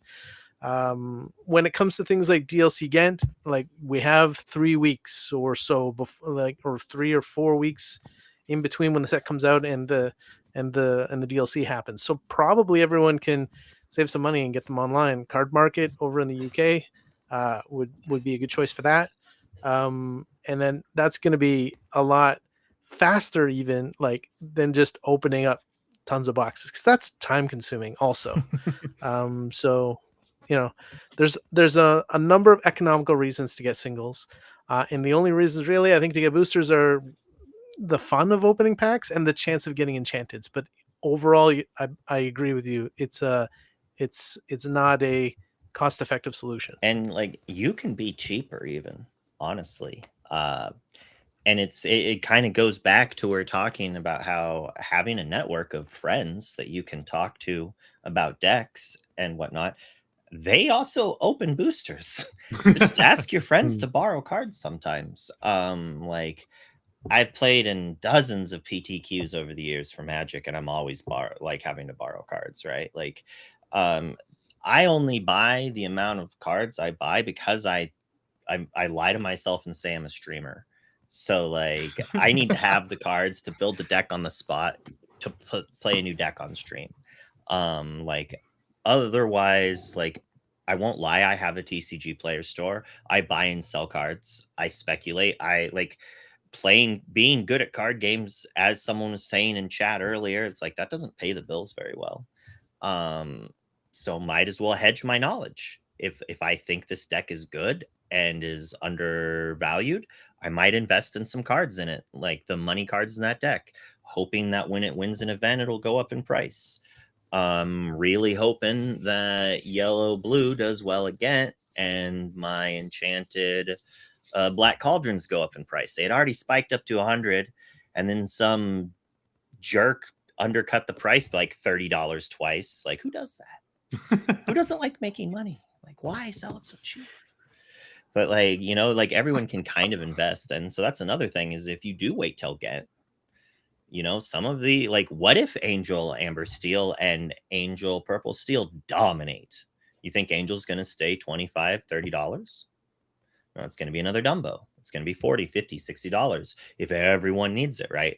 So there is that, like, well, do you buy before or after? You could buy before Ghent and then does terrible, and then it's like $5, right? And then turns out Angel's not the savior we always thought she was. Well, But Angel's going to be around for the next 5 sets. Yeah. So there's a lot of chances for Angel to be the savior we need her to be. yep. I mean, I think the card's good. I bought them. It was one of the I bought Ohana's, I bought Angels, and then I bought like rares and super rares that I was like, I know I'm paying too much for. Like spending $3 on Raging Storms. I'm like, it's gonna drop down. I think it's already down to $2. It'll probably drop down to $1 for a little bit. But in Ghent, if yellow blue is one of the best decks, what if there's 2 or 3 amber B prep decks? Well, it's probably not a $4 super rare. Like Be Prepared was $7 or $8 for most of its time before like rotation was about to happen, and it was just a rare. It was first chapter, but so there's lots of speculations. It's like playing penny stocks. I did think that Angel was like, when I saw the pre-order prices, because I always find pre-order as the last thing I want to do. I only ever pre-ordered the 6-cost Amateur, the legendary card, and I somehow pre-ordered it, and I made money on that because that was like dramatic until the bans happened. But I saw Angel, and I was like, it was like £20, which I don't know what £20 is in dollars, but like I was like, that's probably where she's either gonna go up in value or sit at that. Like for this card that's gonna probably be 4x'd in a lot of mid-rangey steel decks, like that's a really good price. I'm just surprised I don't know if it's undervalued. Like I don't know if like it's going to be pointless playing it because everyone's playing big control decks or something, but it's just a really good card. Like I'm surprised it's sort of undervalued right now. It was 40 pre-sale here, US, and then it's down to, last I checked, it was like 25. Yes. Yeah, 25. Okay, yeah, I'd pick them up. I mean, even so, just to have a playset of them because it's a good card. Yeah. I'm sure even if it doesn't shine right now, there will be a point when 20. it does shine. Yeah, 22-ish. I thought that would be the only valuable legend. You got Moana and Ohana, which could do. Which could do fine if Amber Sapphire gets picked up. But traditionally, you have between 2 and 3 legendaries that break $10. Whispers, you had like Hades, Demona, and like Goliath, basically, and they were pretty high in the beginning, but like now they've gone down. They've gone to what they should be, reasonably ish. And Whispers I felt was more than normal, right? Yeah. And so this set, we've also had like Moana, Angel, and Ohana. Those are like the big ones. The other legendaries will go up and down. It's like, oh, I almost bought Rods or Todd's at $3. I was like, this is probably a good price. And the next day was $6. So I was like, oh man, maybe I should have bought it then, but I'll wait. It'll go back down to $3. That said, I had Widow Tweed and Rod in my pre-release deck. That's pretty rude. I don't know how good that's going to be in constructed, but it felt like they have to jump backwards, bend over backwards to take out this 6/6 evasive that I'm just using to eat their characters. And I'm like, oh, that's good. Widow Tweed, get this, bring it back, full health. Like, here we go. So that might be a good way to close out. Harlon hadn't had the chance to play much limited or sealed so far, but Wonder, I know you did. And as we've talked to people and we've seen on X and just people talk about it, people seem to really like playing this set in a limited format. Like, was that your experience? Was it as enjoyable as people are saying? Did you feel that throughout the room, or like, would you have a different opinion? Well, one person was complaining that there's not enough answers to evasives, as they themselves had the 4-cost 5/5 evasive in their deck. But like outside of that, like I actually think it's good. Like almost every single Lorcana set I've played limited has felt better than the previous. And it, like, I feel like it's still that way. I played more 2-drops than I normally would, and that's a good thing, I think. Like base Lorcana limited is kind of mid.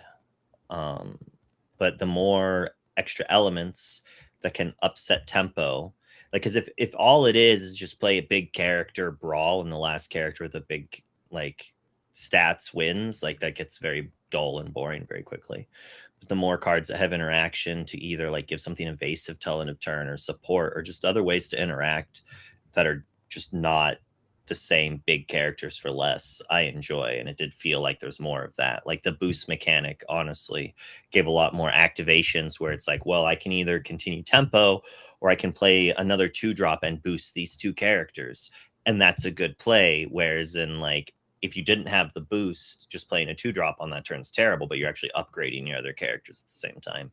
So I think boost has had like a fairly positive impact on Lorcana Limited so far. And it's good to see that they're maintaining to keep it in each set.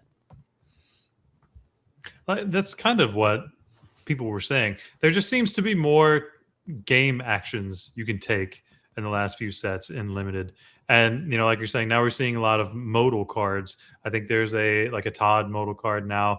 There are more answers to evasives. I think we were talking to Bannable Harka, and he was like, before Harlan, you brought up the card Pascal. Like in the early days, you could play Pascal on another character, and there wasn't always a consistent answer to it. And like your little 1/1 would just spellbook your way to victory. But now, like Wonder was saying, we have cards like Slushy. That's uncommon, I think. That Nala is MVP. I'm pretty sure it's the 2-cost one that just gives anything evasive till your next turn. Like, I took out some mean characters because of that Nala. But like they're allowing more ways in limited for you to interact with things in the past that were just kind of hard to get through. And more game actions is always good. It makes you feel like you can build these synergies in limited. And like Wonder was saying, the boost mechanic just adds another element and layer to it where you can plan out turns. And instead of saying, oh, well, now I have 5 ink, I have to play my 5 ink character or I'm going to lose so much tempo. You can play a 2-drop and say, okay, well, now I can boost this guy. The new Ruby Scrooge, something Sky was talking about a lot, is just kind of insane and limited because you can more or less infinitely boost him. He's that been card very good. I find even in construct sometimes we think I'll deal with that a turn later, and I'll thunderbolt that next turn, and it's like a Nope. 5/5 or something. It's just I don't know if that ever exists in a constructed world, but it's a very interesting card. Well, I mean, so it's kind of where the new Amethyst Genie is sitting at, right? Like, say you're playing. Yeah, like you have to deal with it, or eventually it's going to have so much lore that he's just going to turn sideways and he's going to get your opponent 20. I like that we're starting to see cards like that where they can break parity in mid-range mirrors, or say you're playing against a control deck and instead of just having this guy that might quest for 2 or 3 sit there, you're just constantly every turn being like, all right, if you don't have an answer, like this is going to grow to a point where it's incredibly dangerous. So a thing in a lot of card games that have resources that some people who might come from non-resource based games is having resource sinks is very good. Like it's always feels better to use all of your ink every turn than to not, right? Which is why sometimes it's better to play a 4-drop and a 3-drop instead of just a 5-drop or just a 6-drop, because it's like you're using all of your ink to deploy them through tempo, right? And like these boost mechanics kind of like reward you and like allow you to do that. I like it. As you said, more game mechanics. I hope we keep seeing it. There have been a couple of game mechanics we've seen for 2 sets and then disappear. But boost has been a big one. It's been bigger than the illusions with Vanish. It's been better than locations. It might even fix locations. Like it could, like locations are hard to balance. Yeah. They're either garbage or just like busted. There's there's always that fine line between, am I going to play McDuck Manor or am I going to play Merlin's Cottage in a constructed format? And you just look at it and like it's very obvious to see the power level in Fairy Queen Tink. Just immediately brought it up. Like the difference between something like McDuck Manor and the library, or just to bring up or Hidden Cove versus Seven Dwarves Mine. Like these are just a handful of the good ones. But then you look at something like RLS Legacy that had a whole mechanic and another card paired with it to try to make it good, and it was good for like 2 weeks. But then we just kind of slowly moved off of it because it turns Still out better than a lot of the other locations, though. Yeah, but like you can see how even something that was a little bit better than all the other locations just still couldn't break parity because it turns out there's just more powerful things you can do. We still have a location in rotation that is 2 lore that has 9 willpower. And every turn it does an amount of damage to a character on the other side of the board equal to the amount of characters you have at this location. It's amazing. I'm pretty sure. But I'm pretty it's a sure 5 it's cost not. uninkable. It's not only your opponents. I'm pretty sure you target your own characters if your opponent doesn't have any characters in play. Oh, And that's why one of the main reasons why it doesn't see play, I think, is like having to accidentally shoot your own characters, and you can't just move characters off of locations either. They have to move to another location. I don't know if I like that or not, but what I think it's a way to try to keep locations in check. Because as we've seen, there are a few locations that if you could just bounce and keep them off of it, or just take a character off and pay to put them back. Like take 7 Dwarves Mine, for instance. So Magic actually has like locations and planeswalkers are very similar.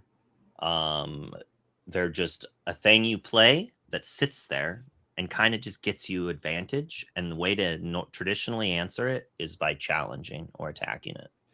And just like locations in Magic, planeswalkers would see tons of play or no play. And for the longest time, it was no play. And what they ended up doing was they souped up the planeswalkers. But at the same time, they adjusted all the removal basically to allow it to also damage or remove planeswalkers. Because so then imagine if things like Brawl was like also could target a location that costs 2 or less or something like that. Or like if Let It Go said character or location, right? If all of the removal also hit locations, it would allow you to make locations better. And that's like one way to act, like to deal with it. When locations have not very many direct ways to deal with it, like if played Be Prepared followed by location is backbreaking because it takes the only way to interact with locations and stops it, right? Which is why Hideaway was so dang good at Worlds, right? Because it was not the traditional way. You could actually just answer that location to help deal with that. So if we had removal that also answered locations, then we could have better locations. That's sure a it's really good point. I mean, so we had spot things like, I think it was Zeus could also target locations, Hideaway, like you're talking about. Avalanche, I believe, was a way. Boom was one. Baboom also hit locations. Boom was 2 to a location as well. So we had like these spot things, but there wasn't something that just other than Hideaway or Avalanche, which it was not ran because unless it was specifically locations, it wasn't modal. Clash of Titans, was it? Or the other 3 cost action? Some of them were very bad. Yeah. Well, it was all of my characters get Challenger +3 when challenging locations. Well, it's that weird, very niche thing because again, we were playing a format where you might over the course of an event run across 6 locations total over 8 rounds. And if you had if you were spending a deck slot that wasn't Hideaway, like if it was Clash of Titans that specifically said locations, you're just kind of in a weird spot of like, all right, in every other instance, this is ink. I'm predicting that we will have very powerful locations in the next few sets based on the cards that we have just been given that are actually very good answers to locations. I think there's like multiple characters that like when they come into play, they either banish a location or they take one out of their hand or something like that. Like there's at least 1 or 2 characters that have that. There's a 5-drop, isn't there? And then you've got the Vine thing as well, the green Yeah, there's a lot of location-y stuff with the Elsa red and green enough locations for you to really play it. Yeah, I could see them adding them. Well, locations would probably be the best way to tell the story of the vine that's coming. I can't see them making the vine a character, so we're bound to see more vine locations. We might see a vine location deck and need some way to counter it. I'm a big. I remember when we got RLS Legacy and Jim Hawkins and Ruby Amethyst played that day one. We were like, oh, look at you, just win the mirror by playing this. And then next week it was, I'm only running 3 Jim Hawkins and like a couple RLS. Oh, we cut it, and then like the next week they're like, and it's all gone because it doesn't work and it's clunky. But yeah, it starts out with Dragonfire was just a better card than Jim Hawkins. yeah, it starts out and. It even seems that the card is in Mukduk Mana was busted, and I feel like they don't ever want to create that again. Because it just created those weird, just burn the entire board, and then you play Mukduk Mana, and a lot of people weren't having fun with that. I don't think. But if it didn't have 9 health, I mean, we and 2 lore pips. Like we've tried to play with the new board wipe card. I think we tried the 3-cost Pride Lands card, which is like an 8 health, 1 lore pip. I don't even remember what the effect is on it. It is so slow and terrible. You board wipe, and then over the course of 20 turns, you might possibly win the game. But Mukduk Mana was just such a good way to set them back, because if you could do it in even like 1 or 2 manas, it's too much pressure. It's too much to put on them. But 1 lore pip is almost ignorable.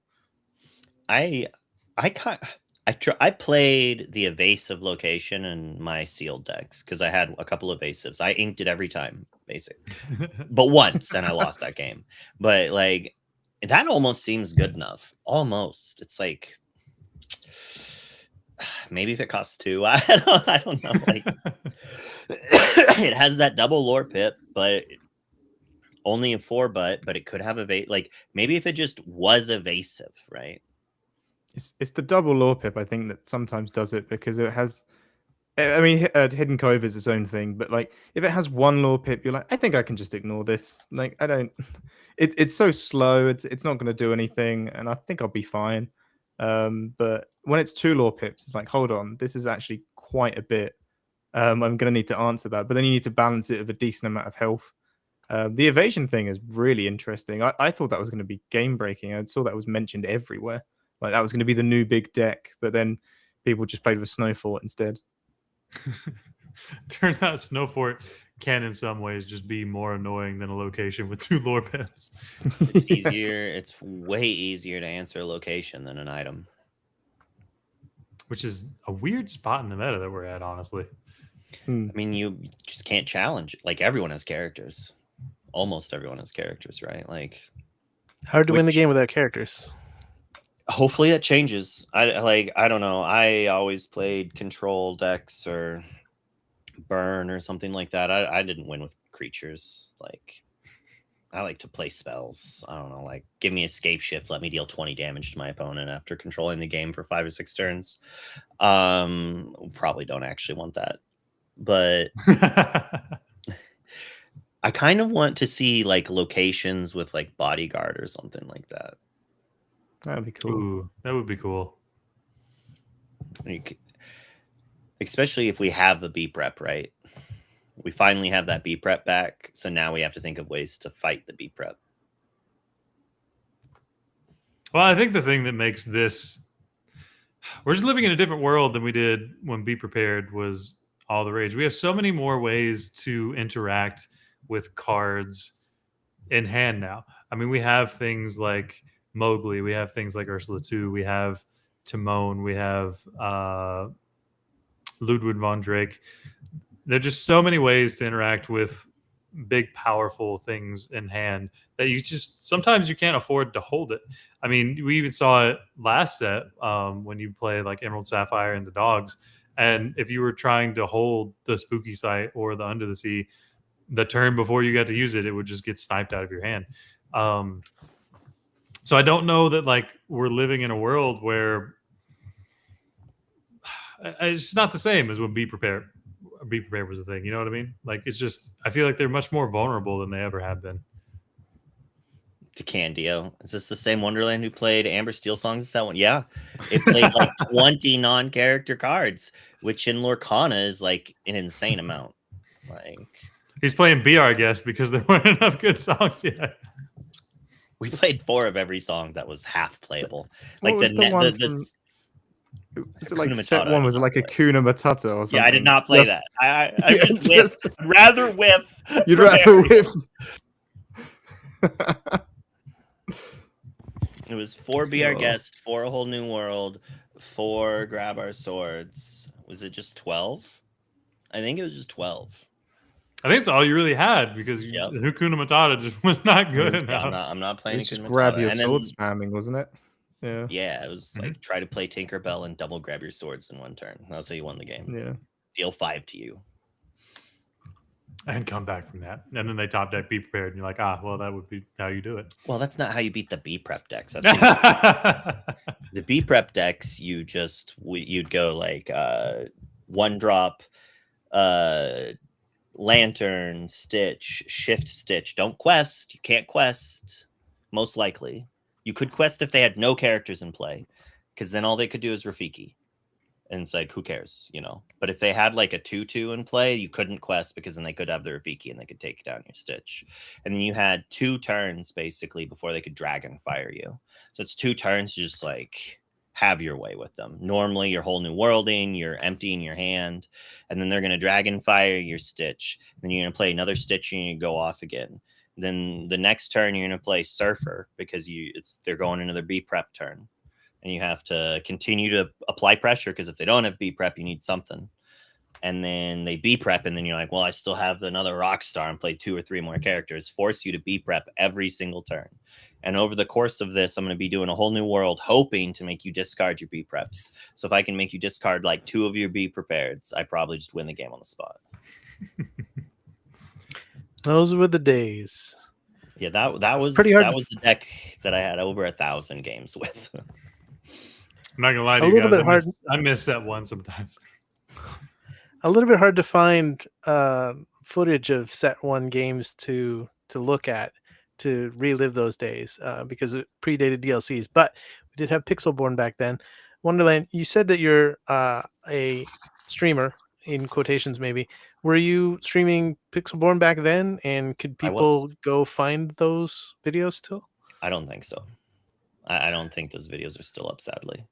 There was definitely a period of time that people were told that if they wanted to work with Disney, not to have Pixelborn stuff up. So most of the Pixelborn footage has actually been scrubbed from most of the people that like streamed at that time to not upset things.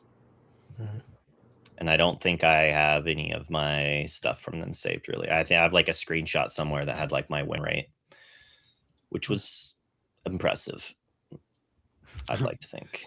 Meanwhile, DeCandio saying, "You know what? I have mine up. Go look at my content." No fear. DeCandio has no fear. He don't care. And like I said, it was rumors, obviously, because like he's working for them, so it didn't stop him, right? So if you want to watch some set 1, check out B DeCandio's YouTube thing. He played Amber Steel Song very well. He played Mufasa. In I set think 2. I think the first time I ever saw a DeCandio list, it was, I think he called it Order 66. It was one of the first TIA BC events. It was a 66 card Amber Steel deck list, and I mean he just cleaned house with it. I mean he obviously won the event, made it. I swear he played that list just to tilt me playing.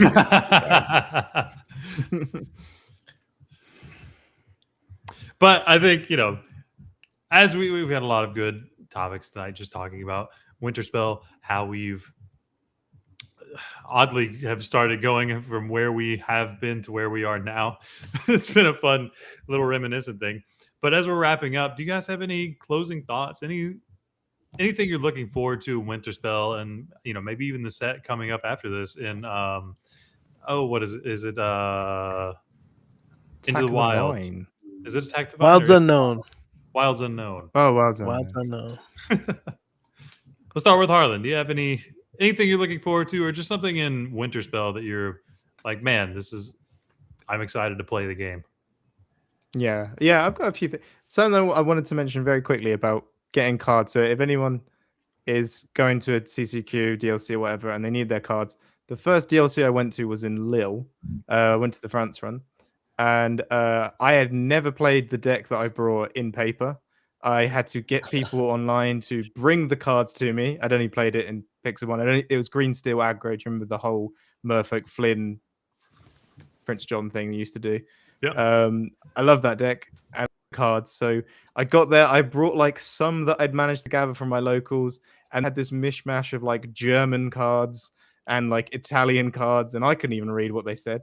This kind of like monster I'd created.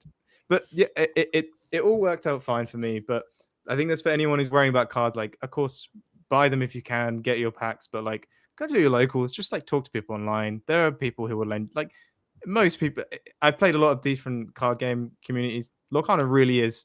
I'm not saying this just to be nice and stuff. It generally is special. People are nice. They will probably lend you them, like if you make friends with them and stuff. So don't worry about that. Making friends means you get to borrow cards, and sometimes you have to lend cards. But yeah, I just thought I was mentioning because like I was feeling a bit of fear about getting cards ready for the upcoming events. But for set 11, I've been quite really. It feels like I say we're at that point right now where it looks like Blurple is probably going to come along and be the big scary thing that it is, and just win 90% of its games on the play. Yeah, it's probably going to. Right now, we're still in this part where we haven't really seen any data. There's only been a few couple winner box case things. So there's just so much to enjoy, and I'm kind of living in that world right now. But altogether, like it's been really fun again to do sort of Sapphire Steel content again. That's like what I've always really enjoyed doing. I don't by far think Sapphire Steel Allies is tier 0 top, whatever you want to call it, but it's very playable. It's very good. Yeah, but it's very good. It's very playable, and it was just a really good joy for me to get onto my OBS and record today's video, and it was about Sapphire Steel again, and like it just brought me back to the year or 2 years ago when that's all I did. I just opened OBS and just talked for like 30 minutes about a matchup guide. You know, it's so mad to watch like set 4 video of me talking about like Ruby Amethyst versus Sapphire Steel. Like, why is that online? Why was that so important to me at that time? But it was, and it's really great to like do that again. So it's been nice to play a pet deck again and like not feel like I'm just getting stomped out of the meta. So much of fun stuff as well in the set. I think just really excited, and I think going forward with sets like. And one thing is, I said on this episode, I'm not very much a Disney guy. I've kind of got into Disney. But the next set, when they get Pixar, I generally want to collect everything from like Finding Nemo. I really like Finding Nemo. If they do Finding Nemo, I keep hoping they do it because it's Pixar and it's one of their big ones. If they do it, which for me is rare. I don't ever keep cards. I'll just sell any chance. I will just sell it even if it's not worth anything. But like, it's like, oh wow, a card I actually want to collect. That's madness for me. Like that's a really new emotion I want. Well, what about you, Wonder? Is there something in Winterspell or an event or just something that's made you be like, hey, I want to play the game, or something even in sets going forward that you're looking forward to or hoping comes? I would like to play Amber Steel again. That wasn't aggro. That would be nice. I like Steel mid-range mirrors. I think there's a lot of skill expression or just like options where you're not just automatically winning or losing. Kind of get a play to your outs, as we were talking about earlier. Unfortunately, that means that Sapphire Steel would probably be good and normally beats the other Steel decks, and it's so annoying to play against Harlon. Yeah. But yeah, like just to hark again about like the importance of going to your LGS and playing at your local league. Hopefully they fix the league stuff. I was going to mention earlier, I forgot, Harlan said something about like he gets those tournament packs from playing One Piece. Give tournament packs to us. Give us some extra special stamps on certain cards that you can only get from this, and it's every card in the set. But it's like 3 cards that are stamped, and the winner gets one that has like rares and foils, and then there's like 2 or 3 packs that are given to random players that just have the stamps on them. Give players a reason to go back to locals. If you don't want to give them pins, at least give them boosties. specialty boosties. Give them a reason to go to the LGS. Not just go buy our boosters there, like go play our game there. I would love to want to go play locals again. A desire to, like, currently I only play locals for pre-release and set champs, and you know, you can only do 1 or 2 set champs locally before people are like, why are you here winning again? Let someone else win, right? Like, which is a different conversation and totally, but I think that it just comes down to the fact that there's not enough things in that local scene for everyone to play at different skill levels and to have fun. I don't like opening boosters, but I love drafting. You want me to buy boosties instead of singles? You know, have a draft league that you're having stores sponsor. Get me into that store to do booster drafts once a week. I would love that. That was like one of the best things about Magic back in the day, was just bringing my own packs and drafting once a week or something like that. Limited card gaming is really fun, especially if you've never cube draft. Try it out sometime. Another reason to have friends in your LGS. Yeah, draft is pretty awesome, and I hope that we get to talk more about it through this set and into the next set. I find that limited comes up in conversation a lot at the beginning of a set and then disappears because everybody's looking at the next tournament or DLC or NA champs or worlds or all these things that limited isn't a part of. So, you know, it's fun at the beginning and then it dies off, and hopefully someday we get that continuity. But with Maybe that, that's the final word. yeah, I was about to say, with that, I mean, I don't know that we have much else to go from here. We'll start with Harlan. Where can people follow you? Where can people see your thoughts and just pay attention to your Lorcana career coming up into Winterspell, man? And are you going to be at Axion now? And are you going to be at DLC again? Yeah. For my stuff to follow it, like Harlon Sweet on Twitter and on YouTube, mainly my 2 places. We have like a Metafy charity subscription thing we do. It just gets you access to a little Discord, and then we donate all the money to the charity that I pick every month. Those are like the main things I do in the community, which has been pretty fun. But to be honest with you, I am hovering around pretty much every Discord server you can think of. Probably bothering too many people as well, but I really love the game, so I like to chat in it.